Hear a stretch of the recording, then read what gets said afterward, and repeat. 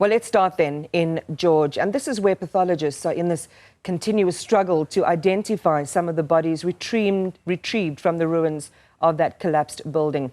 Emergency crews are still busy there trying to find at least 20 people who remain trapped after this five-storey building collapsed. That building caving in last week, Monday, with 81 people at work. 61 have now been freed from the rubble, with 32 confirmed fatalities. But frustration is growing among family members who still want answers. The South African Local Government Association, as well as provincial and national teams, will be visiting the site later this morning. All right, let's bring in Newzroom Afrika's Sipha Kema, who's been on the story since the very beginning.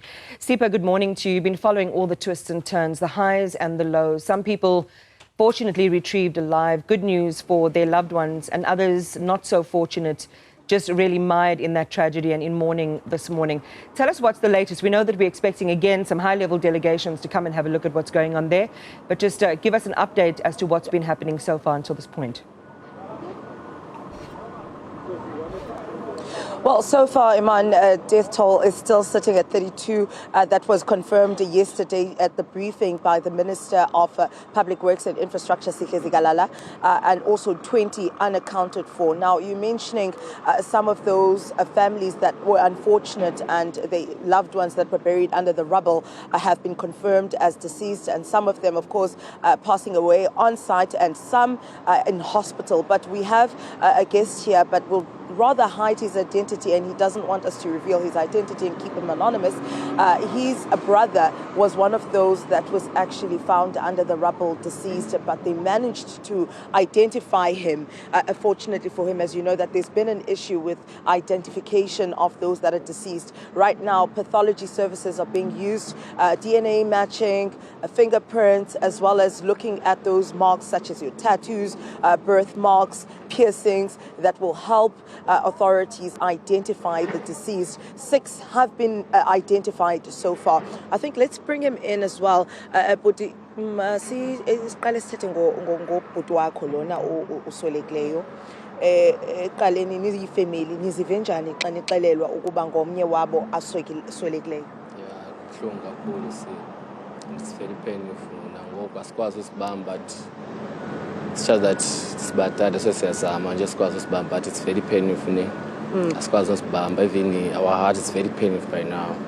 We don't even know what we can do because it's very painful, man. And then into besincokola ngoko later on, earlier on, about imizimba umgodusa, nizokwazi umgodusa? Yeah, actually some of them they have those porridge bias, but I don't know about them But if they have, and they have some groups, they're gonna talk about it. Maybe they're gonna manage to take him home and do everything. And so, and the other families as well, in terms of taking the bodies back home to the countries of origin. Yeah, like one of his family is actually here. Since last week is here, but now that's why we are here, so that we can hear what's next and what they're gonna do now. So you're waiting on you know, the authorities and the different departments then to tell you. Have they already started communicating, like the embassy or the consul from Zambia, because you're from Zambia? Have they started communicating with your family or the other families as well in terms of assisting to go home? Yeah, actually I'm not sure. But obviously maybe they already talk about it, because this thing, they can't take it too long, because it's very painful, so they must just do something. So far as they do something, so they don't go. And you're still here, even though your family member has been confirmed as one of the deceased, but are you here in solidarity, or are you here to assist your other friends? I'm just here to assist my friends, because one of my friends is here. The one with his brother, he was here.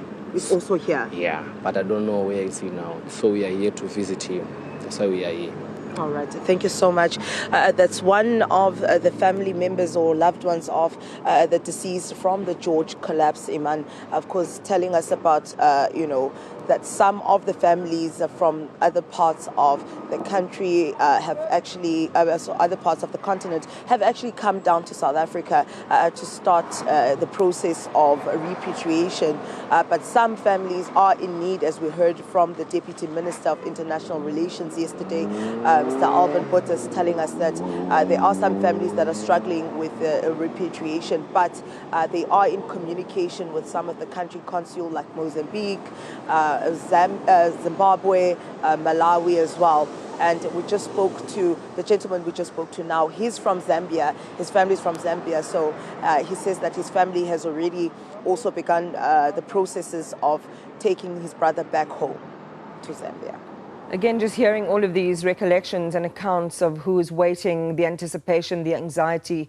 Sipha, give us a sense of who is relaying some of the, or allaying some of the expectations of family members, who's talking to them, keeping them updated, especially in a context like this where, as we have said, an unidentified or unquantifiable number of those people presumably trapped still underground and those deceased come from other countries outside of South Africa.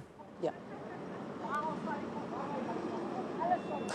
Well, there's been officials that are actually required to deal with the family, or rather be the middleman with the family between the rescue teams as well as the officials and the families. And what we've seen over the past week, Iman, is that they've been there's a team that's been dedicated to assisting the families, whether with information, with the social support, because some of those officials that are also tasked to assist with the families, some of them are social workers actually here in George, and we've spoken to some of them, several of them that are currently on site working, and obviously having to relay the messages as well. But we know that there was also a doctor that was deployed there, because she was also a middle person who would assist with relaying the hard information and the hard news, such as those that have been confirmed as deceased and were able to be identified by their families, or rather by the friends or colleagues that were assisting on site looking or for people. Yeah. So there are people that have been communicating with those families, but however, some of the families have been saying that there's been no communication or enough communication, or even though there are people who have been tasked with that, but it's a matter of a broken telephone, basically. Some of them wanting to know what exactly is happening currently at this point, what are they to do. But we also do know Gift of the Givers has also been part of that and assisting with the families and also with relaying that information. I mean, we saw last week when MEC Bradal and as well as Premier Alan Wendy and Dr. Imtiaz Suleiman had to go into the community hall where the families are currently being accommodated, and when they had to start breaking the difficult news that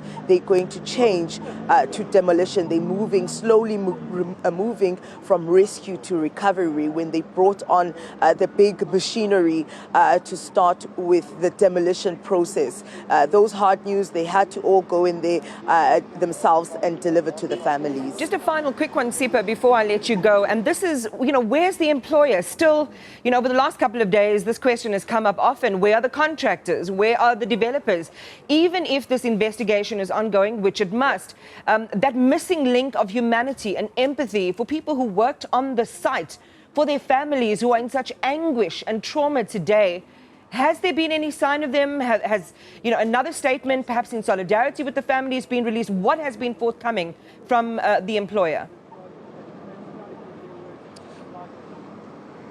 Now, Iman, early on, just last week and or as well as yesterday, just to remind people of the role players that are in this, that, there are different role players. Now, the people who have been on site since the incident have been assisting with recovery, and the ones that issued us a statement, it was Leotal, who are the contractors or developers on site, meaning they overseeing what is happening on the construction site as far as the building and the development is concerned. Right. Then you have the actual developers or the owners of the property. They are the ones that have been missing in action. And I mean, just yesterday, Deputy Minister Botha said that out of moral obligation, can the developers come forward and assist the families, especially those that need to start repatriating their loved ones back home, those that have been able to identify?